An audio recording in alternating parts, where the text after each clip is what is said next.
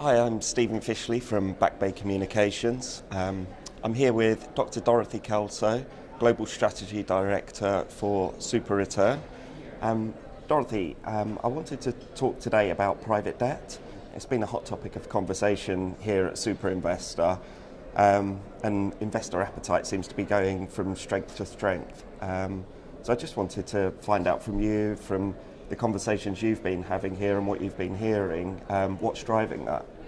There's a number of factors, mainly push and pull factors. On the push side, the banks are increasingly lending less because of regulatory pressures. And in addition, they are sometimes less able and willing to flex their terms sufficiently to cover a wide range of investment needs. So on the push side, that's what we're seeing. On the pull side, we're seeing quite benign economic conditions. Relatively strong macroeconomic growth. Is low macroeconomic growth, but it's strong nonetheless.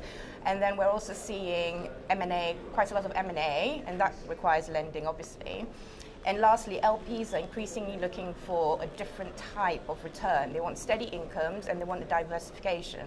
So we're having push and pull factors driving private debt. Those are a number of factors. So is there anything that's keeping investors up at night then?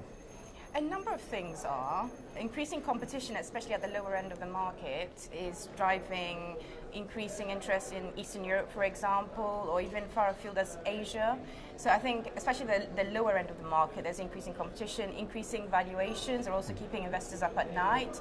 And also cash piles that private equity firms are sitting on is a worry for private debt investors, because if private equity firms are not doing deals, then those that rely on private equity firms to lend will struggle. What's the most surprising thing that you've heard during the private debt summit? What was particularly interesting to me wasn't so much what I heard specifically, but what I observed. And it was interesting to note that the same discussions that are happening about private debt, happening about private equity in the late 1990s, early 2000s. We're basically seeing the evolution of a new asset class, new strategies, new sizes, new geos. What should I do?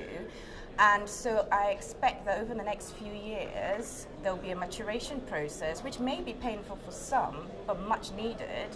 And I saw some prequel estimates that suggest that this industry could grow to $2.5 trillion, rivaling private equity.